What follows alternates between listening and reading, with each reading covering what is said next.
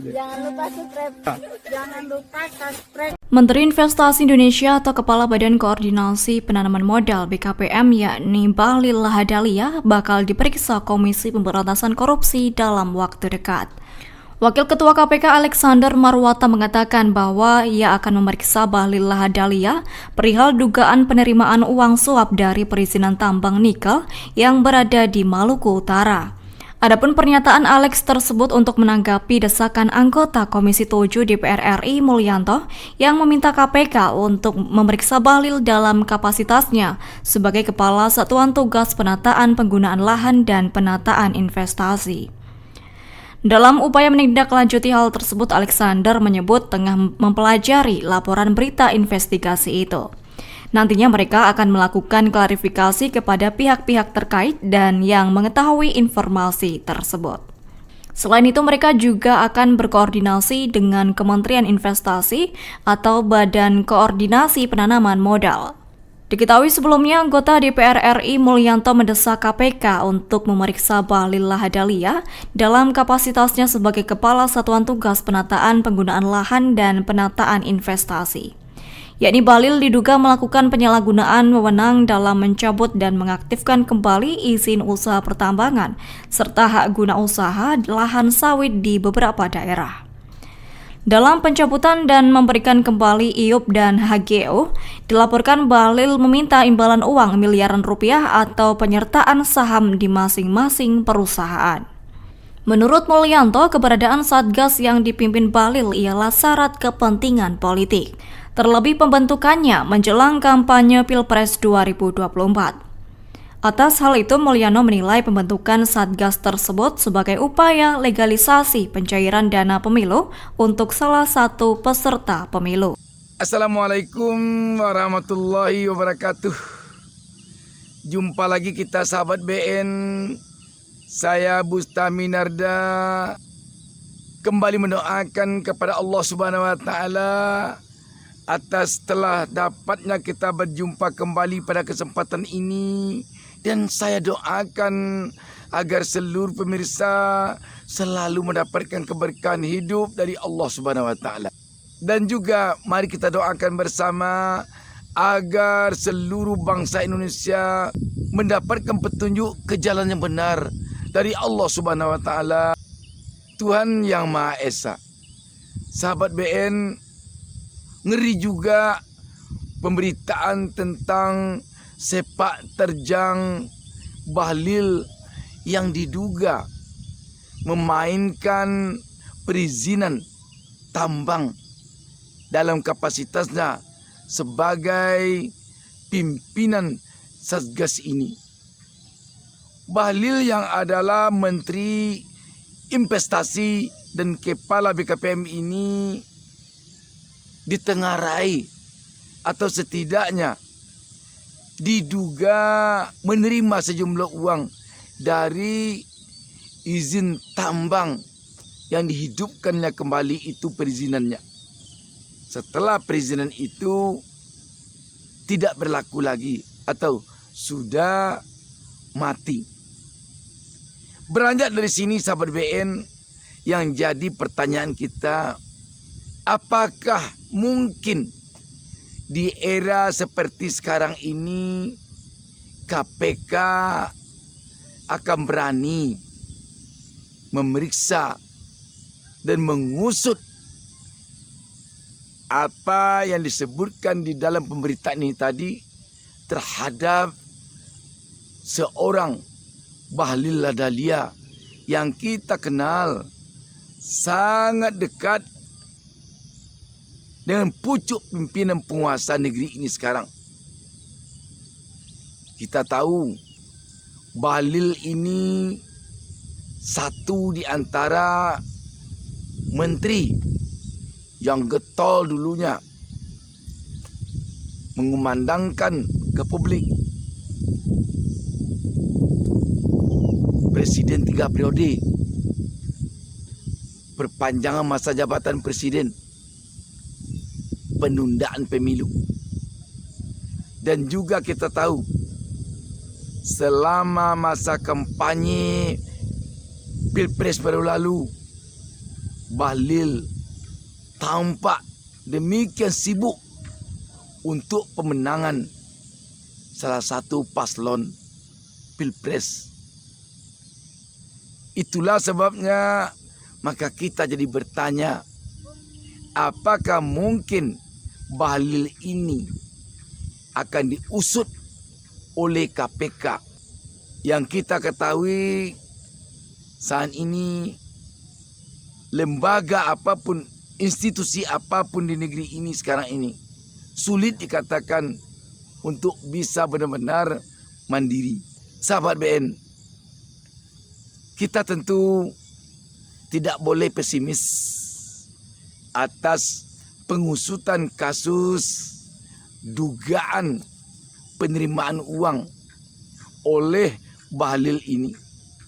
Tetapi juga kita tentu was-was apakah KPK akan mampu, akan mau, akan berani mengusut Bahlil Lahadalia ini. Apalagi ketika kita melihat kepada pemberitaan ini, jika kasus ini diusut nanti bisa saja ini merembet kepada persoalan yang sangat sensitif berkaitan dengan dana Pilpres untuk salah satu paslon pada pemilu 2024 ini. Ini sangat sensitif. Tetapi jika KPK benar-benar ingin menegakkan hukum, tentu hal ini tidak akan mengganggu pekerjaan dari KPK. Dan KPK tentu tidak akan takut dengan masalah ini. Sebab walaupun langit runtuh, bumi akan tenggelam, namun hukum tetap ditegakkan. Walaupun menyeret orang nomor satu di negeri ini sekalipun, kalau memang itu terlihat melanggar hukum, tentu bagi KPK tidak akan ambil pusing. Kalau KPK memang benar-benar ingin menegakkan hukum di negeri ini.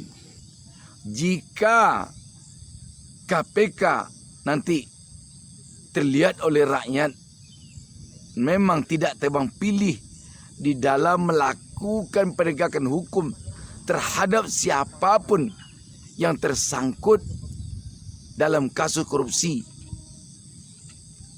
tentu saja rakyat akan kembali beransur-ansur mempercayai KPK. Namun sebaliknya, jika KPK memang tidak berani, tidak tampak oleh rakyat melakukan pengusutan terhadap kasus yang menimpa Bahlil Lahadalia ini, tentu saja kepercayaan rakyat terhadap KPK akan semakin luntur, dan luntur. Tidak dapat kita pungkiri bahwa akhir-akhir ini dua lembaga yang sangat diharapkan oleh rakyat selama ini kemandiriannya, tetapi akhir-akhir ini rakyat kecewa terhadap dua lembaga itu, yakni Mahkamah Konstitusi MK dan Komisi Pemberantasan Korupsi KPK. Dua lembaga ini akhir-akhir ini sungguh sangat sulit dipercaya rakyat netralitasnya. Kenapa? Karena memang tampak oleh rakyat terkesan dua lembaga ini dalam genggaman penguasa. Kita melihat bagaimana MK mengeluarkan putusan MK nomor 90 yang membuat lempang jalan anak Presiden Joko Widodo yang bernama Gibran Rakabuming Raka maju sebagai capres. Kendati pun Undang-Undang nomor 7 tahun 2017 belum lagi bisa menjadikan Gibran sebagai capres karena usianya yang belum memenuhi syarat. Sebab pada Undang-Undang Nomor 7 tahun 2017 itu diisyaratkan seorang capres atau cawapres minimal usianya 40 tahun. Sedangkan waktu itu usia Gibran baru 36 tahun. Dengan demikian, sang paman yang berada di MK, Anwar Usman, mengakali agar putusan MK bisa menjadikan Gibran keponakannya itu, anak presiden itu, bisa maju sebagai capres. KPK demikian juga.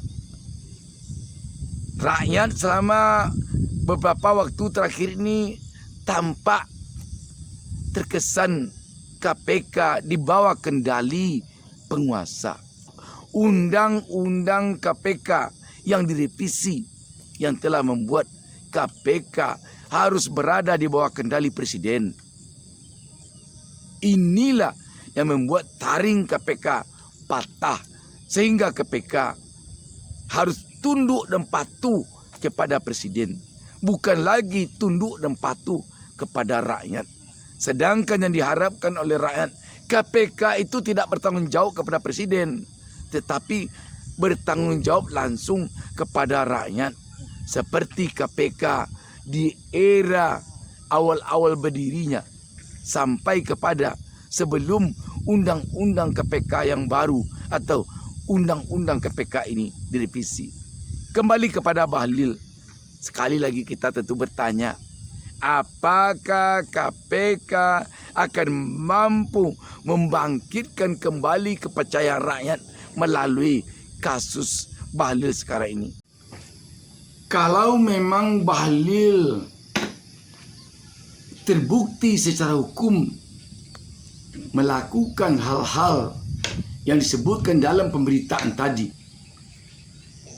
apakah KPK akan mampu nanti memasukkan Bahlil ke dalam bui, memborgol dan menahan Bahlil di balik jeruji besi, seperti KPK menangkap, menjemput paksa mantan Menteri Pertanian Syahrul Yassin Limpo, atau menangkap dan memborgol mantan Menteri Kominfo Johnny G. Plate.